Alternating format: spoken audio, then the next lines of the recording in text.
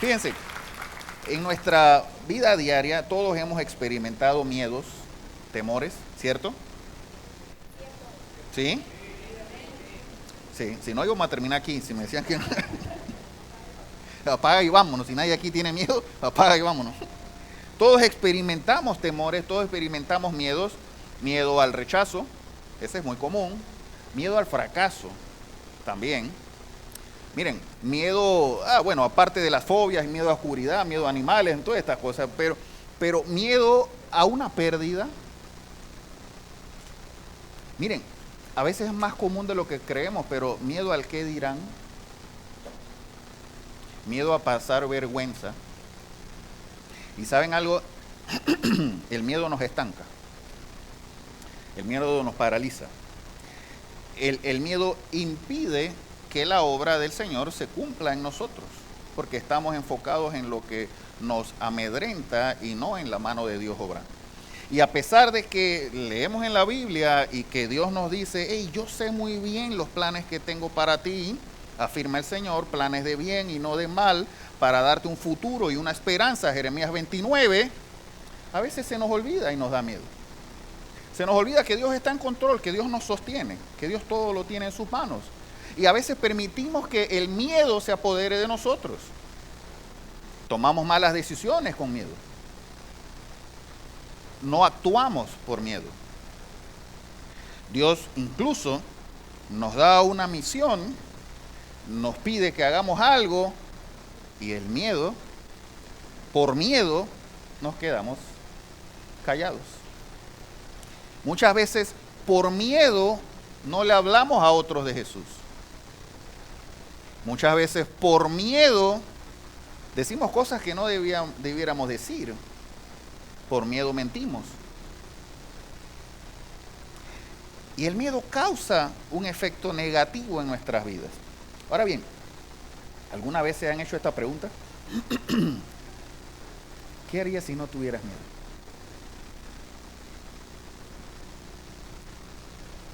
¿Se lo han preguntado alguna vez? ¿No?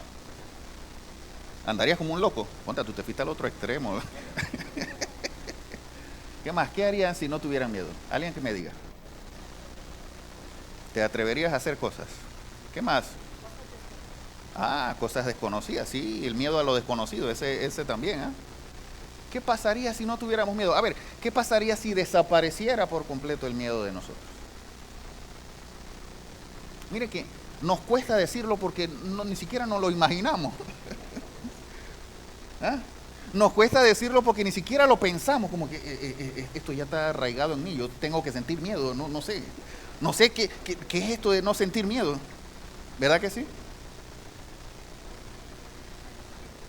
Belleza, confiaríamos más en Dios, exactamente. Seríamos libres, exactamente. Sí. Así es. Ahora, lo interesante es que Dios una y otra vez en su palabra nos dice, no teman. No temas porque yo estoy contigo. No temas porque, es más, dice, en el mundo tendrás aflicciones, pero confíen, yo vencí al mundo. ¿Verdad? Yo sé muy bien los planes que tengo para ti, afirma el Señor. Y lo dijimos en antes. Y una y otra vez dice el Señor, hey, no temas. No temas. Pero saben, el temor está tan arraigado en nuestro interior que nos cuesta pensar qué pasaría si no tuviéramos miedo. Ahora, quiero enseñarles esta imagen. Algunos de ustedes ya la vieron. Pero esta imagen es a mi hijo César Andrés cuando estaba creo que en segundo grado, primero o segundo grado por ahí. Se acercaba el Día del Padre y le pidieron que escribiera en su cuaderno algo sobre su papá. ¿Ok? Y César escribió esto. Dice, mi papá es mi amigo, siempre juega conmigo, es muy amable. Y fíjense lo que sigue. Nunca tiene miedo.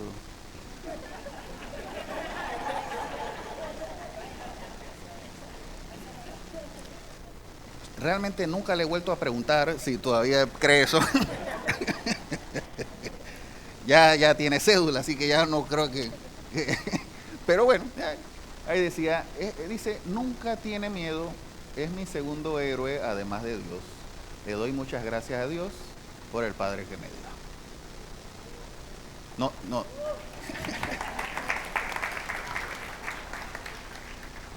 No aplaudan mucho porque voy a quedar llorando aquí. Cuando yo vi el cuaderno, sí, les digo, yo lloré bastante cuando vi eso, ¿verdad? Y todavía lo tengo ahí, de vez en cuando lo leo, Ahora, lo interesante es que fíjense la perspectiva de César, que era un niño en ese momento de unos 6, 7 años.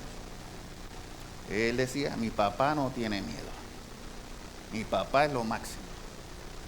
Y se sentía de alguna manera seguro porque su papá estaba ahí con él, ¿verdad?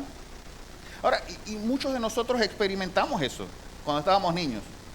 Cuando íbamos a cruzar una calle, si estábamos agarrados de la mano de nuestro papá, mirábamos para algún lado si venía carro. No, porque simplemente estábamos allí agarrados,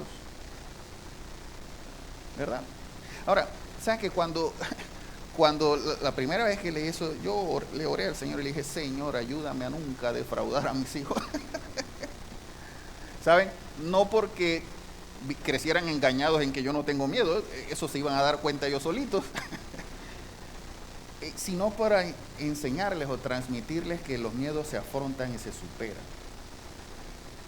Y a pesar de que la tendencia natural es que el miedo me paralice, el miedo hay que afrontarlo y superarlo. Y si tenemos la confianza en que Dios está con nosotros y que es Dios ahora el que nos lleva de la mano, porque cuando crecemos y somos adultos, perdemos esa inocencia de que mi papá está conmigo y empezamos a experimentar miedos en nuestra vida diaria. Sí, eso es lo que sucede. Y entonces empezamos a ver que muchas cosas no son tan lindas como nosotros esperábamos cuando éramos niños. Y ahí se va generando miedo en nosotros. Y quizás cuando nosotros experimentamos esos miedos, probablemente porque no estamos sujetando la mano de Dios como debiéramos. Quizás, así como cuando éramos niños, sujetábamos las manos de nuestros padres y nos sentíamos seguros, así mismo quizás debemos hacer hoy. No, quizás no, así debemos hacer hoy.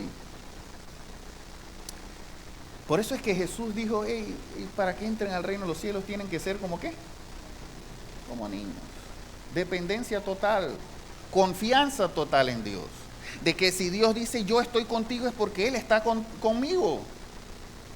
De que si Dios dice no temas, yo vencí al mundo, Él venció al mundo. Y nada ni nadie puede hacerme daño. Y aunque procuren mi mal, estoy seguro que va a ser para mi bien lo que van a hacer. Esa es la confianza. Ahora, hay alguien, hoy vamos a ver una historia de alguien que no demostró ni un poquito de miedo. ¿Saben por qué? Porque estaba seguro de que era Dios el que estaba con él. Vamos a seguir con nuestra serie de Hechos. Vamos a ver ahora el capítulo 13 y capítulo 14 del libro de Hechos. ¿Me acompañan? ¿Y los demás? Eso, muy bien, vamos ahí. Dice así, Bernabé y Saulo, ¿ok? Enviados ¿por quién? Ellos estaban, recuerden, en Antioquía. Estamos en la misma secuencia del libro de Hechos. Antioquía era el cuartel central ahora de la iglesia, ¿ok? Y el Espíritu Santo había dicho, sepárame a Pablo y a Bernabé para la misión que tengo para ellos. Eso estaba sucediendo en los versículos anteriores. Así que aquí es donde sucede ahora. Bernabé y Saulo, enviados por el Espíritu Santo, dice, bajaron a Seleucia y de allí navegaron a Chipre. Chipre era una isla, ¿ok? Y dice, al llegar a Salamina, que era parte de la isla entera de Chipre, dice, predicaron la palabra de Dios en la sinagoga de los judíos. Tenían también a Juan como ayudante. Este Juan es Juan Marcos. Marcos, el escritor del Evangelio de Marcos, estaba con ellos, era parte de ellos, era el ayudante, era el manzanillo de ellos, ¿ok? Entonces, dice así, recorrieron toda la isla hasta Pafos. Allí se encontraron con un hechicero, un falso profeta judío llamado Bar Jesús, que estaba con el gobernador Sergio Paulo. El gobernador, fíjense el énfasis que hace, el gobernador dice, hombre inteligente. No era cualquiera, era un hombre, era el gobernador, tenía autoridad, pero también era inteligente. Mandó a llamar a Bernabé y Saulo en un esfuerzo por escuchar la palabra de Dios. Fíjense esto, interesante. Este gobernador, que era una persona de autoridad y de poder, ¿ok?, que hace el énfasis aquí Lucas, el escritor del libro, que era una persona inteligente, hizo el esfuerzo por llamar a Bernabé y a Saulo porque quería conocer la palabra de Dios. Interesante. Y dice así, pero Elimas, el hechicero, que es lo que significa su nombre, se les oponía y procuraba apartar de la fe al gobernador. No le convenía, ¿ok? Así que procuraba que el gobernador se mantuviera lejos de la fe. Sigue diciendo el versículo 9. Entonces Saulo, o sea Pablo, dice ¿cómo? ¿Vieron el énfasis ahí? ¿Cuántas veces hemos visto en todas las demás prédicas que hemos estado hablando sobre hechos el énfasis de Lucas diciendo lleno del Espíritu Santo? Pedro, lleno del Espíritu Santo. Pablo, lleno del Espíritu Santo. Bernabé, lleno del Espíritu Santo. El Espíritu Santo era lo que los movía. El Espíritu Santo era el que quitaba el temor de ellos y los mandaba y los llevaba de lugar en lugar. Y sigue diciendo, Pablo, lleno del Espíritu Santo, clavó los ojos en Elimas y le dijo, hijo del diablo y enemigo de toda justicia, lleno de todo tipo de engaño y fraude, ¿nunca dejarás de torcer los caminos rectos del Señor? Y fíjense esto, ahora la mano del Señor estará contra ti. Vas a quedarte ciego y por algún tiempo no podrás ver la luz del sol. Al instante cayeron sobre él sombra y oscuridad y comenzó a buscar a tientas a alguien que lo llevara de la mano. Al ver lo sucedido, el gobernador, ¿ahora qué pasó? Creyó. Y dice, maravillado de las enseñanzas acerca del Señor. A ver, bien.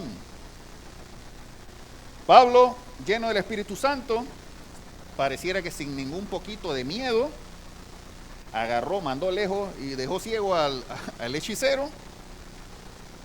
Y ahora el gobernador creyó. Y creyó por las maravillas de las enseñanzas que Pablo les estaba dando. Bien, vamos bien, ¿verdad? Viento en popa el evangelio. Yo salgo, empiezo a predicar, me deshago de un hechicero, ¿ok? Y el gobernador, que era hombre inteligente, ¿se acuerdan del énfasis? Cree en el mensaje del Señor. Belleza, todo está saliendo a la perfección, no hay por qué temer, ¿cierto? Ok, pero la historia continúa y la historia se va poniendo más interesante ahora. Y dice el versículo 13, voy a leerlo aquí para ir más rápido porque es largo. Pablo y sus compañeros se hicieron a la mar desde Pafos, o sea, salen de la isla y llegaron a Perge de Panfilia. Juan se separó de ellos, es decir, Juan Marcos se fue, se separó de ellos y se regresó a Jerusalén. Ellos, por su parte, o sea, Pablo y Bernabé, por su parte siguieron su viaje desde Perge hasta Antioquía de Pisidia. Y dice, el sábado entraron en la sinagoga y se sentaron. Y al terminar la lectura de la ley y los profetas, los jefes de la sinagoga mandaron a decirles, miren lo que dicen los jefes de la sinagoga, hermanos, si tienen algún mensaje de aliento para el pueblo, hablen. Pablo dijo, esta es mi oportunidad. ¿Ok? Y Pablo dice que Pablo se puso en pie, hizo una señal con la mano, me toca a mí, mi turno, y dijo, escúchenme israelitas y ustedes los gentiles temerosos de Dios. Y empieza allí Pablo a darles una prédica tremenda. Léanlo, capítulo 13 y capítulo 14 de Hechos. Y en esa prédica empieza Pablo a hablarles desde Moisés, de la esclavitud en Egipto, pasando por todos los profetas, por los jueces, por los reyes, por David, y hasta llegar a Jesús. Tremenda prédica que tira allí Pablo. ¿Ok? Y cuando llega Jesús le dice, ese es el Mesías. A través de este Jesús es que obtenemos el perdón de nuestros pecados. A través de este Jesús es que tenemos salvación. Y allí Pablo les predica. Y tanto les gustó, sobre todo a los gentiles. Ahora bien, recordemos que los gentiles son todos los que no eran judíos. Es decir, ellos lo dividían así: judíos y gentiles. Gentiles era cualquier otra nacionalidad que no fuera judío. Y en la sinagoga habían de los dos, habían judíos y no judíos. ¿Ok? Y dice, así que tanto les gustó, sobre todo a los gentiles, que lo invitaron para que predicara el siguiente sábado. Es decir, vamos bien. Ya no solo le cayó la boca al hechicero, creyó el gobernador, sino que predijo, hey, y ahora me invitan para que regrese el próximo sábado a predicar. Eso quiere decir que les gustó, si no, no lo hubieran invitado. Y allí es donde entonces el siguiente sábado, miren lo que sucede. El siguiente sábado casi toda la ciudad se congregó a oír las palabras del Señor. ¿Vieron? Ahora ya no solo eran los judíos que estaban allí, los gentiles, sino que dice que casi toda la ciudad se congregó.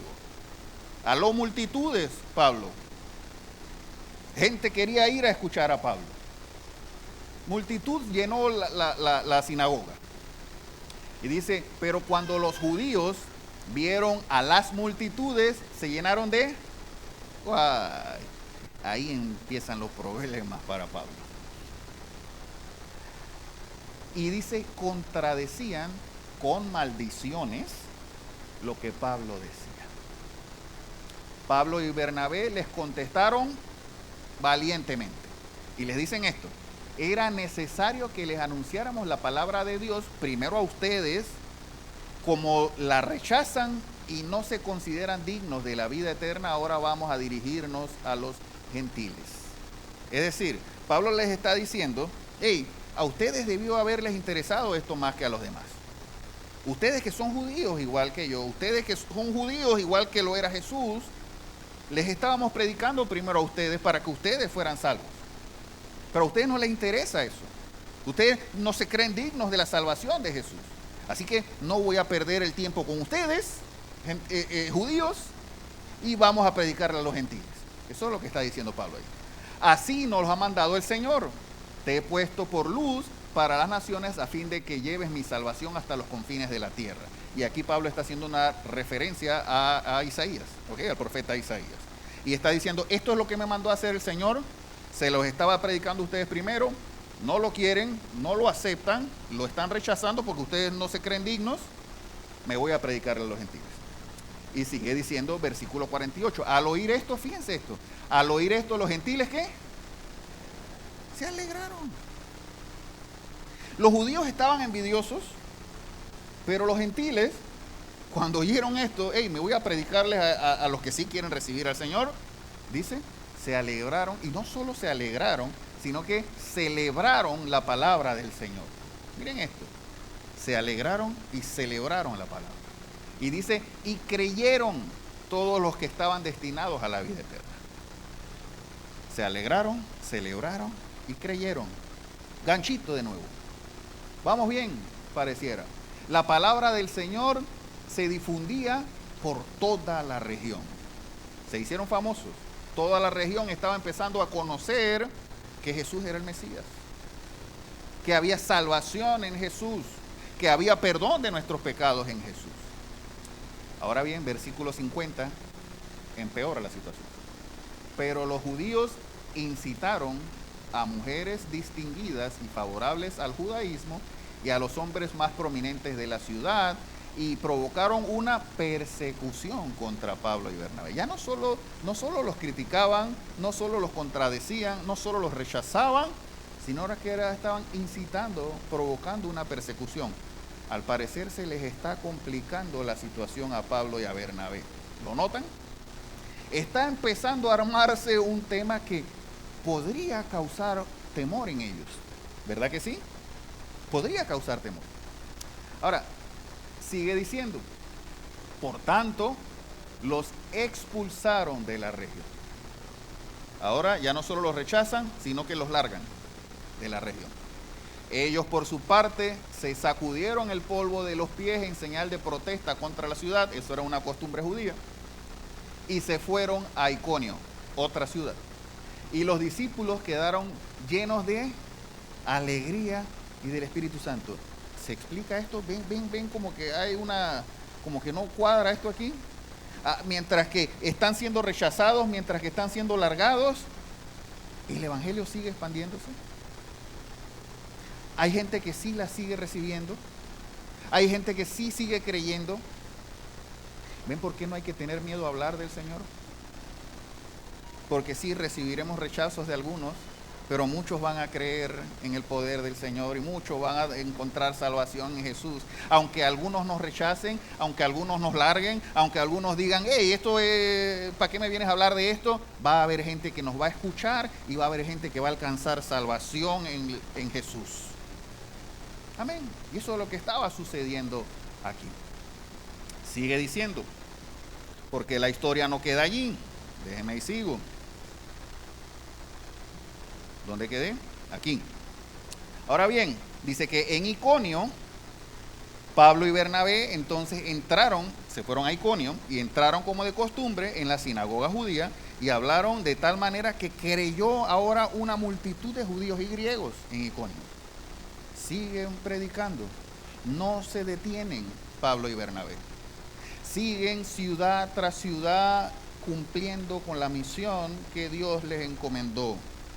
Vayan, Jesús les encomendó, vayan y hagan discípulos. No importa el rechazo, no importa que los larguen, no importa que los miren mal, no importa que inventen calumnias contra ellos, de ciudad en ciudad seguían predicando el Evangelio. Y dice que de tal manera que creyó una multitud de judíos y griegos, pero los judíos incrédulos incitaron a los gentiles y les amargaron el ánimo contra los hermanos. En todo caso, Pablo y Bernabé pasaron allí bastante tiempo, miren esto, hablando valientemente en el nombre del Señor, quien confirmaba el mensaje de su gracia haciendo señales y prodigios por medio de ellos. Y dice que la gente de la ciudad estaba dividida, unos estaban de parte de los judíos y otros de parte de los apóstoles. Y ahora empieza a complicarse más la cosa, porque dice que hubo un complot tanto de los gentiles como de los judíos, apoyados por los dirigentes, dice, para maltratarlos y apedrearlos. Ya el asunto está escalando. Ya no es solo rechazo, ya no es solo calumnia, ya no es solo te largo, sino que ahora hago un complot para maltratarte y para apedrearte. Les soy honesto, yo hubiera estado allí, lo más probable es que compro mi pasaje de regreso, ¿ok? Apedrearme. Ay, no, está bien que bueno, pues me rechacen, está bien, pero apedrear. Ahora vamos a seguir leyendo. Al darse cuenta de esto, los apóstoles huyeron a Listra y Derbe, otras ciudades de alrededor, ciudades de Liconia y a sus alrededores, y donde, miren lo que dice, siguieron anunciando las buenas nuevas. Y sigue diciendo, en Listra, van ahora a Listra, vivía un hombre lisiado de nacimiento, que no podía mover las piernas y nunca había caminado. Y estaba sentado allí y Pablo se le acerca y le dice, hey, ponte de pie y enderézate. Y el hombre dio un salto y empezó a caminar. Y eso fue ahora un revuelo, porque había una evidencia dentro de la sinagoga de un milagro. Y sigue diciendo, al ver lo que Pablo había hecho, la gente ahora, recuerden que ahora está en Listra, la gente comenzó a gritar en el idioma de Licaonia, los dioses han tomado forma humana y han venido a visitarnos. ¡Ay! Como si no tuviera complicada ya la cosa. Y dice que a Bernabé lo llamaban Zeus y a Pablo lo llamaban Hermes. Es que así dice, los dioses de la mitología griega. ¿Ok? Y no solo conforme con eso, sino que el sacerdote del templo empieza a traer animales y guirnaldas y cosas para empezar a hacer sacrificios a favor de Hermes y Zeus. ¿Ok? Sí. Ahora bien, fíjense lo interesante. Mientras estaba todo este alboroto, fíjense la reacción de Pablo. Señores, ¿por qué hacen esto? Nosotros también somos hombres mortales como ustedes. Las buenas nuevas que les anunciamos, es decir, el evangelio que les anunciamos, es que dejen estas cosas sin valor y se vuelvan al Dios viviente que hizo el cielo, la tierra, el mar y todo lo que hay en ellas. Y sigue diciendo que de repente llegaron de Antioquía y de Iconio, ciudades donde habían estado antes. ¿Me siguen la historia, verdad? Dice que llegaron unos judíos que hicieron cambiar de parecer a la multitud. No sé cómo lo lograron, no me lo explica, pero dice que lo lograron, cambiaron de parecer. Y entonces ellos pasaron de ser Zeus y Hermes. Ahora dice, apedrearon a Pablo y lo arrastraron fuera de la ciudad, creyendo que estaba muerto. O sea que no fueron 2 piedras, ¿ok? Lo apedrearon de tal manera que pensaron que estaba muerto y lo llevaron, lo arrastraron a la ciudad. Ahora, fíjense lo interesante de esto. Pero cuando lo rodearon los discípulos, él se levantó. ¿Y qué hizo? Fue para adelante. No, ¿qué hizo? Vuelve a entrar a la ciudad. ¿Tiene sentido esto? Me acaban de apedrear. ¿Yo para qué voy a ir para allá de nuevo? A donde los manes que me apedrearon. ¿Demostraba miedo Pablo? ¿Tenía miedo Pablo? Sigue diciendo, al día siguiente partió para Derbe en compañía de Bernabé. Después de anunciar las buenas nuevas en aquella ciudad, es decir, no solo entró en la ciudad, sino que siguió predicando. ¿Lo ven? Siguió anunciando las buenas nuevas. Y dice, y de hacer muchos discípulos. Apedreado,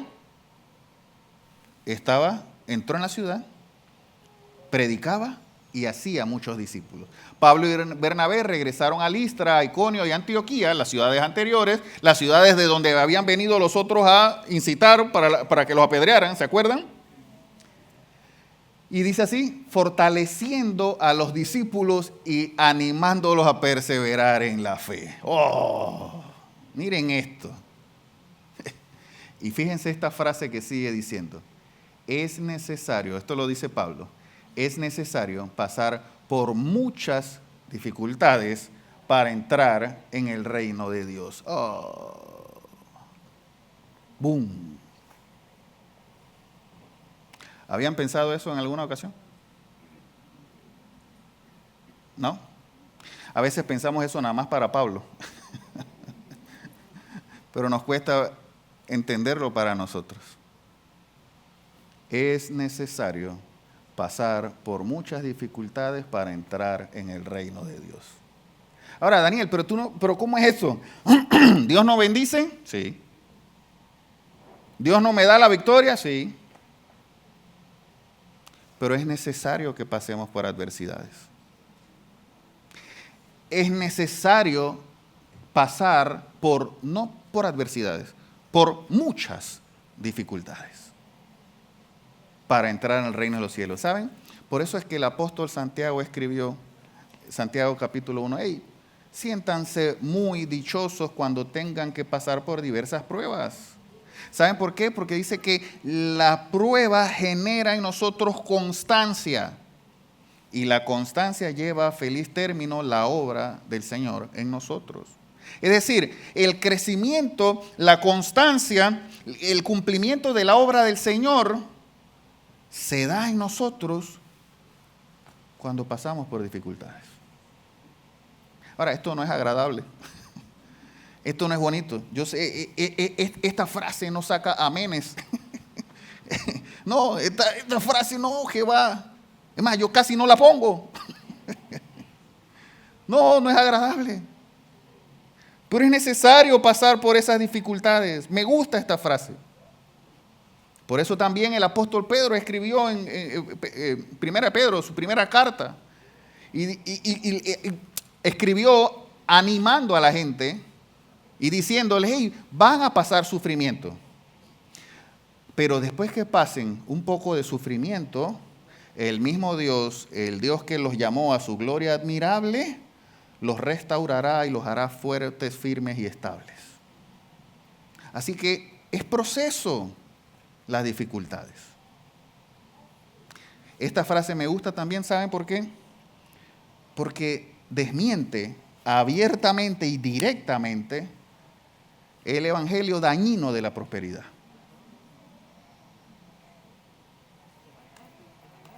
Sí, de que Dios te va a dar y te va a dar y te va a dar.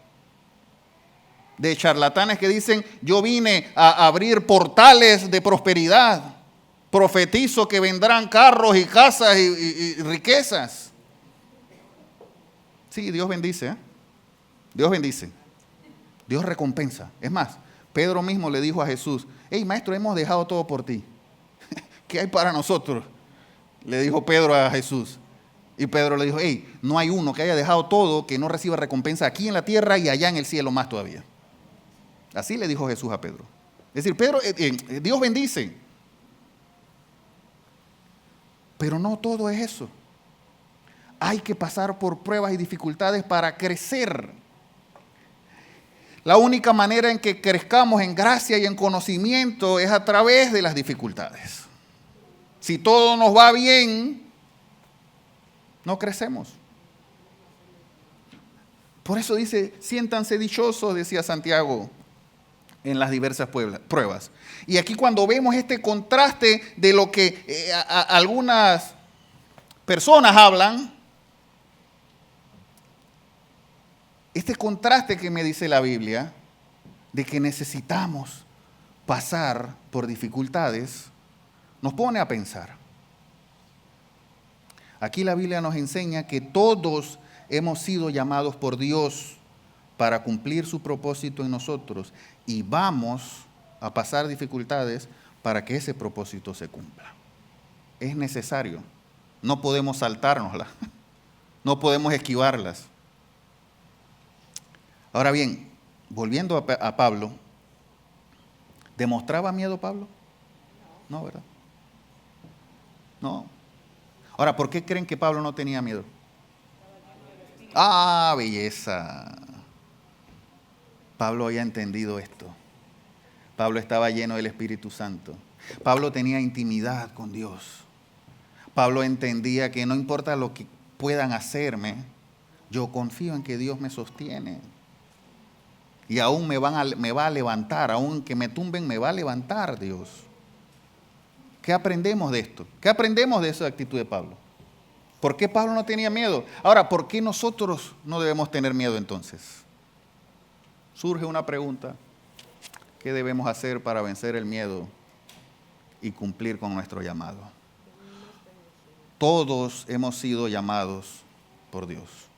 Todos tenemos un llamado. Todos hemos sido comisionados por Jesús para ir y hacer discípulos, para predicar el evangelio, para ser sus testigos, para hablar de él, para hacer luz en la tiniebla, para ser sal de la tierra. Muchas veces lo dijo Jesús. Y no es opcional. Ahora, lo primero que necesitamos es entender, a ver, qué debemos hacer para quitarnos el miedo que nos paraliza para poder cumplir ese llamado. Y el primer principio que nos enseña este pasaje es debemos estar confiados en quien nos llamó. Pablo estaba confiado en quien lo llamó. Pablo estaba lleno del Espíritu Santo. Fíjense que Pablo no se enfocaba ni en las situaciones difíciles, no se enfocaba ni en la ciudad en que iba o no iba, si qué le decían o no le decían. Él simplemente estaba confiado en que Dios lo había enviado. Confiado en el poder de aquel que me envió, que es más poderoso para hacer mucho más de lo que pedimos o entendemos, por el poder que actúa en nosotros, dice Efesios capítulo 3. Pablo fue apedreado, arrastrado fuera de la ciudad y dado por muerto. Pero él sabía que su vida estaba bajo el control de Dios porque fue él quien lo llamó. Pablo conocía a Dios. Había tenido un encuentro con Jesús, ¿se acuerdan? Un encuentro transformador con Jesús, que lo convirtió de alguien asesino a un predicador ahora sin miedo. Este texto nos dice que Pablo estaba lleno de Él, de Dios, del Espíritu Santo. ¿Y saben algo? Esa llenura del Espíritu Santo se produce en nosotros cuando tenemos intimidad con Dios. No hay otra forma. Sí, vamos a pasar adversidades, es necesario que pasemos adversidades para que crezcamos, pero la manera en que nos quitamos el miedo, la manera en que nos quitamos y podemos sobrepasar esas dificultades, y no solo sobrepasarlas, sino aprender, crecer, madurar, es entendiendo, teniendo la confianza en quien nos mandó, quien nos llamó, y teniendo intimidad con Él, pasando tiempo con Dios. Esa es la única manera. Esa llenura se adquiere así. La valentía de Pablo no dependía si lo aceptaban o lo rechazaban, si lo invitaban a predicar de nuevo, como vieron, o si lo largaban de la ciudad, si lo aplaudían y le decían, ay, este es un Dios, o si lo apedreaban. No, eso era irrelevante. Pablo estaba convencido de que Dios lo había enviado y él tenía que cumplir su misión para la cual Dios lo había comisionado. Ese era el enfoque que tenía. Esa era la confianza que tenía. Y quizás algunos pueden decir, ay, Daniel, pero a ver, yo no soy Pablo. Tú me estás hablando de Pablo, pero bueno, ese es Pablo. ¿Ah? Eso de no tener miedo, eso de ir a predicar, eso es para los pastores. Eso es para Carlos. Eso es para los líderes nada más. Yo ya estoy bien aquí, yo vengo y ya pues. Ustedes se imaginan si los 12 discípulos hubieran entendido eso. Hubieran dicho, no, que se encargue Pedro si él es el que quedó de líder. ¿Ah? No. Saben, la gran comisión es para todos. Toda la iglesia, la gran comisión es para toda la iglesia. Jesús dijo, vayan y hagan discípulos. Y les dijo, confíen porque yo vencí al mundo. Y les dijo, yo voy a estar con ustedes todos los días hasta el fin del mundo. Voy a estar allí. Yo los estoy enviando como ovejas donde los lobos. Confíen, van a tener dificultades, pero confíen. ¿Saben? Nuestra confianza debe estar en quien nos llamó, no en la situación. No en si me aceptaron o no. No en la circunstancia en la cual me manejo o en el lugar donde estoy. Es en Él y solamente en Él. Fíjense, me gusta esta frase de Charles Spurgeon. Dice, Dios no nos envía a una batalla para que nos las arreglemos solos. Imagínate esto. Imagínate que Jesús hubiera dicho, vayan, yo les aviso cualquier cosa. No fue así. Vayan y yo voy a estar con ustedes. Y dice, mira, Charles Spurgeon dice, Dios no nos envía a una batalla para que nos las arreglemos solos. Dice, Él va delante de nosotros. Y si Él nos llama, Él mismo nos sostendrá. Cada vez que vamos y le hablamos a alguien del amor de Cristo, Él va delante de nosotros. Cada vez que tocamos la vida de alguien, cada vez que le hablamos a alguien y le damos un mensaje de esperanza, Dios va delante de nosotros. Y sí, va a haber gente que nos va a rechazar. Sí, incluso familia nuestra nos va a rechazar. ¿Ok? Pero Él va delante de nosotros. Y si Él nos llamó, que de hecho lo hizo, a todos los que estamos aquí, Él mismo nos va a sostener. Ahora, hay un segundo principio que este pasaje nos enseña. ¿Qué debemos hacer para vencer el miedo y cumplir nuestro llamado? Mantenernos enfocados en la misión. Es enfocarnos en cumplir lo que Dios nos mandó hacer. A ver, no enfocarnos en qué lindo me va a quedar el mensaje que voy a dar. No. Eso es pasajero, es enfocarme en hacer lo que Dios me mandó a hacer, en ir y hacer lo que Dios me mandó a hacer. Pablo no se enfocaba si era en la sinagoga, si era en la plaza, si era aquí o si era allá. No, él decía, yo donde sea que me den la oportunidad, yo levanto la mano y predico. Eso es lo que hacía Pablo. Lleno del Espíritu Santo, donde sea que estaba, hablaba. Aún después de ser apedreado, entraba a la ciudad y seguía hablando y seguía haciendo discípulos. Porque estaba enfocado ¿en qué? En la misión. Iglesia, tenemos una misión. Dios nos dio una misión. Jesús, Mateo 28, dijo, por tanto vayan y hagan discípulos a todas las naciones, bautizándolos en el nombre del Padre, del Hijo y del Espíritu Santo, enseñándoles a obedecer todo lo que yo les he enseñado. Esa es nuestra misión. Dios nos mandó y debemos, para disipar el miedo de nosotros, mantenernos enfocados en la misión, enfocados en la misión. Pablo tenía clara su misión y ese es nuestro llamado como iglesia, predicar el evangelio, fortalecer a los discípulos, es acercar a los que están lejos y los que están cerca. No, un poquito más fuerte, un poquito más fuerte. Es acercar a los que están lejos y ¿qué? Ok, está bien, más o menos. Gracias, Vivi. Gracias, Vivi. Vamos a avanzar, pero le voy a poner a hacer planas allá afuera. Esa es nuestra misión como iglesia. Y cada vez que lo hacemos, el Señor va delante de nosotros como poderoso gigante. Ahora bien, el problema es que muchas veces nos enfocamos en las dificultades. Nos enfocamos en el qué dirán. Nos enfocamos en que, ay, no, pero es que yo no vine preparado para esto. Pablo, después de una pedreada, ¿tú crees que estaba preparado? ¿Ah? Estaba golpeado, ¿ah? Casi muerto. Se levantó y siguió, cumpliendo la misión de Jesús, la misión que Él encomendó, el llamado que recibió. Y quizás algunos digan, Daniel, yo tengo muchos problemas. Ahora, ¿tú crees que yo tengo tiempo y ganas de tener otra misión? Bastante tengo que hacer con resolver todos los problemas que tengo. Ahora tú me dices que yo tengo que cargar con otra misión. No, yo no te lo estoy diciendo, lo dijo Jesús. Lo dijo Jesús. Pero ¿sabes qué? También Jesús en el Sermón del Monte, ¿saben lo que dijo? Por eso les digo, no se preocupen por su vida, qué comerán o beberán, ni por su cuerpo, cómo se vestirán. ¿No tiene la vida más valor que la comida y el cuerpo más que la ropa? Fíjense en las aves del cielo, no siembran, ni cosechan, ni almacenan en graneros. Sin embargo, el Padre Celestial las alimenta. ¿No valen ustedes mucho más que ellas? ¿Quién de ustedes, por mucho que se preocupe, puede añadir una sola hora al curso de su vida? ¿Y por qué se preocupan por la ropa? Observen cómo crecen los lirios del campo, no trabajan ni hilan, sin embargo les digo que ni siquiera Salomón con todo su esplendor se vestía como uno de ellos.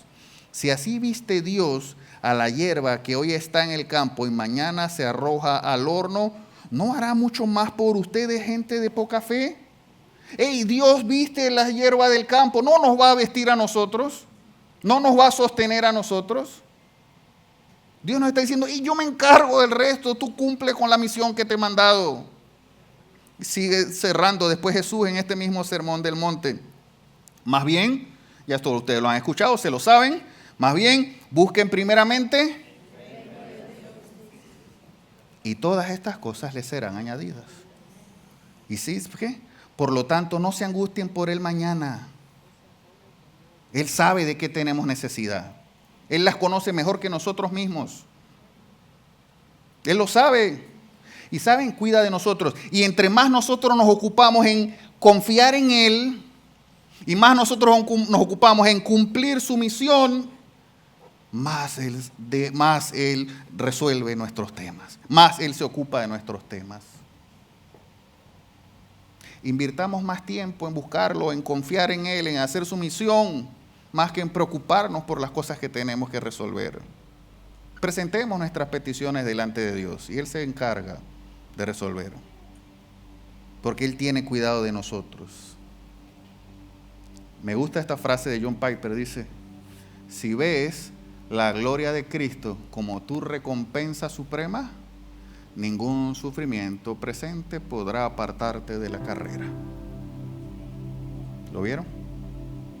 Si ves la gloria de Cristo como tu recompensa suprema, esa gloria que tú y yo vamos a ver, esa gloria que tú y yo vamos a experimentar un día, y ojalá sea pronto, esa gloria que tú y yo vamos a experimentar en el cielo, si la vemos como nuestra recompensa suprema, como nuestra gratificación más grande, como nuestro tesoro. Ningún sufrimiento aquí en la tierra nos podrá apartar de la carrera, nos podrá desviar. Nada, porque tenemos la certeza de que Él cuida de nosotros y tenemos la certeza de que Él prometió y cumplirá.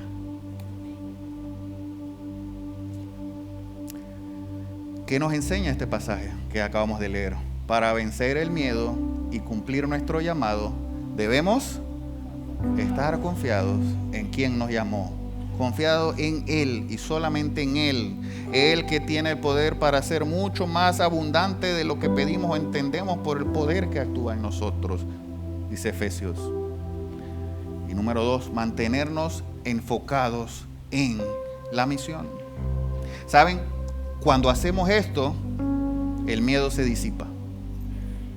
El miedo se va. El miedo tiene que irse por completo.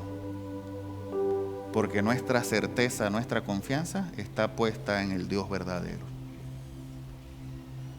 Sin importar las dificultades del camino, mantente confiado en quien te llamó y enfocado en la misión. ¿Se atreve a decirlo conmigo? Sin importar las dificultades del camino, mantente confiado en quien te llamó y enfocado en la misión. ¿Lo cree? Amén. ¿Oramos juntos? Gracias, Señor, por tu presencia, Dios. Gracias, Padre, por tu fidelidad, tu bondad, tu misericordia. Gracias, Dios, porque tú eres bueno y sigues siendo bueno, Señor. Gracias porque podemos en ti depositarnos, derramarnos, entregarnos por completo. Porque nosotros no sabemos ni siquiera lo que nos conviene, no sabemos ni qué va a suceder mañana, pero tú tienes un plan perfecto que trazaste desde mucho antes, Señor. Tu palabra nos enseña que tú tienes planes de bien y no de mal para darnos un futuro y una esperanza. Señor, confiamos en ti, confiamos en tu palabra y confiamos en tus promesas. Ayúdanos, Señor, a aferrarnos a ti, aferrarnos a tu palabra, aferrarnos que tú eres un Dios que prometes y que cumples, que tú eres un Dios que nos sostiene con su diestra de poder. Ayúdanos a comprenderlo, a vivirlo, Señor, a entenderlo y caminar conforme a eso. Padre, oro por mis hermanos, Señor. Oro para que despiertes en ellos pasión por cumplir tu misión. Esa misión que nos diste, esa misión de ir y hacer discípulos, esa misión de ir y predicar el evangelio, esa misión de no solo quedarnos nosotros abrazados y lindos porque recibimos salvación, sino ser generosos, compasivos con otros y hablarles de ti. Ser sal para la tierra, luz para este mundo. Eso es lo que tú nos pides, Señor. Te pido, Señor, que tú generes en nosotros y en mis hermanos esa pasión por cumplir la gran comisión, por cumplir, Señor, lo que tú nos has enviado a hacer. Aferrados siempre en ti, Señor. Aferrados en que tú guardas nuestras vidas, Dios. Te lo pido, Señor, sabiendo que nos escuchas, Padre. Y me presento delante de ti para pedirlo, Señor. Sabiendo, Jesús, que tú obrarás en los corazones de cada uno de nosotros. Generarás cambios profundos en nuestros corazones, Señor. Despierta en nosotros esa hambre y esa sed de buscarte, de conocerte cada día más, de crecer en gracia y en conocimiento tuyo, Dios.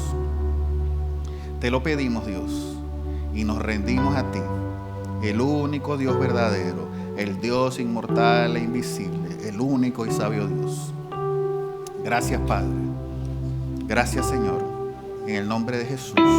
Amén.